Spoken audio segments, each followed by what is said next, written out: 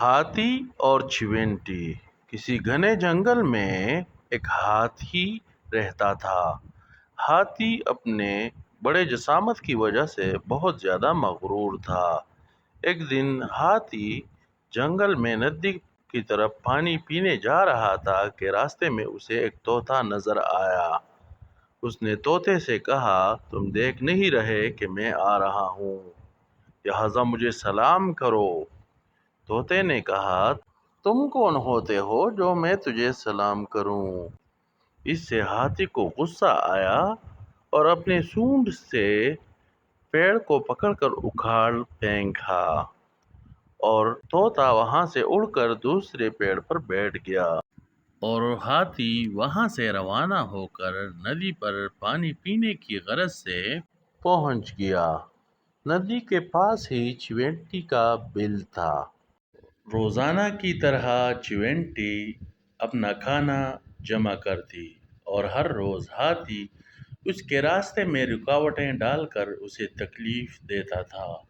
ایک دن ہاتھی پانی پینے کی غرض سے ندی آیا ہوا تھا کہ اس کی نظر چیونٹی پر پڑی۔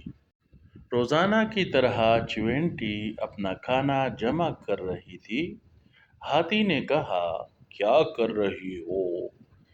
چیونٹی نے کہا، بارش کا موسم آ رہا ہے، اپنا کھانا جمع کر رہی ہوں تاکہ بارش میں پھر مجھے کوئی مسئلہ نہ رہے۔ ہاتھی نے اپنی سونڈ میں پانی لے کر چیونٹی پر ڈالا اور چیونٹی کا کھانا بھی برباد کر دیا اور چیونٹی کو بھی گیلا کر دیا۔ ہاتھی ہنس پڑا اور ادھر سے روانہ ہو گیا۔ پیچھے سے چیونٹی نے کہا کہ میں تم سے اس کا بدلہ ضرور لوں گی، اور غصے سے اپنے بل کی طرف روانہ ہو گئی۔ اگلے روز جوں ہی چیونٹی اپنے بل سے نکلی تو اس نے دیکھا کہ ہاتھی سو رہا ہے۔ خاموشی سے وہ ہاتھی کے پاس چلی گئی اور ہاتھی کے سونڈ میں اندر چلی گئی اور اندر جا کر ہاتھی کو ڈسنا شروع کیا۔ ہاتھی بلبلاتے ہوئے زخموں کی وجہ سے اٹھ گیا اور چیختا ہوا کہنے لگا، کون ہے اندر؟ مجھے بہت تکلیف ہو رہی ہے۔ چیونٹی اس کی آواز سن رہی تھی پر اس کے باوجود اس کو کاٹ رہی تھی، حتیٰ کہ ہاتھی رونے لگا اور بلبلانے لگا کہ مجھے معاف کرو، آئندہ کریے، میں اس طرح نہیں کروں گا۔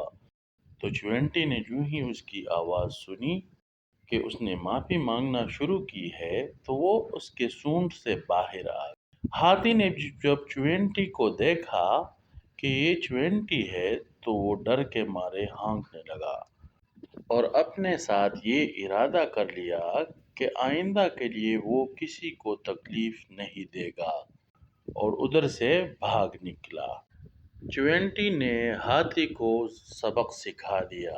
کسی نے کیا خوب کہا ہے کہ کسی کو اس کے حیثیت کے مطابق نہیں ناپنا چاہیے۔